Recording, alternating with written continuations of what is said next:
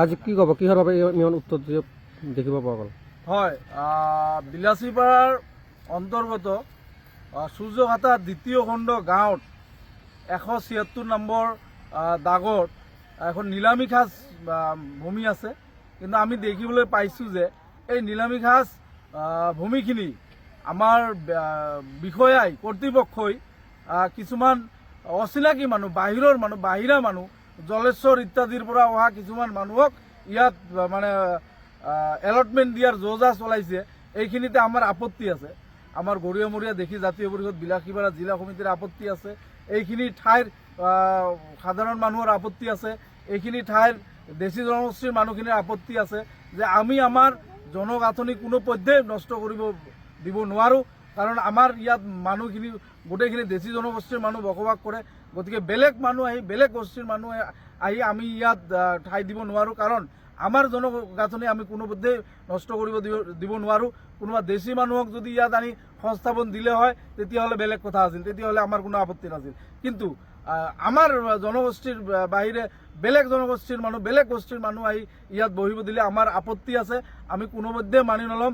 কাৰণ যিখিনি সময়ত অসমৰ মুখ্যমন্ত্ৰী ডক্টৰ হিমন্ত বিশ্ব শৰ্মা ডাঙৰীয়াই কিছুমান মানুহৰ বিৰুদ্ধে, কিছুমান মানুহৰ বিষয়ে সৰব হৈ পৰিছে, সেইখিনি সময়ত চৰকাৰী কিছুমান কৰ্তৃপক্ষই কিছু সুবিধাৰ কাৰণে, কিছু লোভত পৰি এনেকুৱা কাম কৰি আছে য'ত আমাৰ দেশী অঞ্চলত আমাৰ বাহিৰৰ মানুহ আনি ঠাই দি আছে।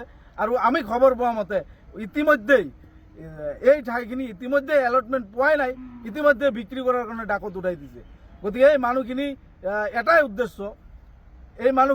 উদ্দেশ্য যে ভাল ভাল মাটিবিলাক লৈ কিছুমান মানুহ দালাল চক্ৰী কিছুমান নামি পৰিছে ফিল্ডত, ভাল ভাল ভূমিবিলাক লৈ ইহঁতে মূল্য বঢ়াই 100 গুণ 150 গুণ দামত ইহঁতে বিক্ৰী কৰি এটা ধুনীয়া ৰমৰমা বেহা চলাই আছে, এটা চিণ্ডিকেট চলাই আছে।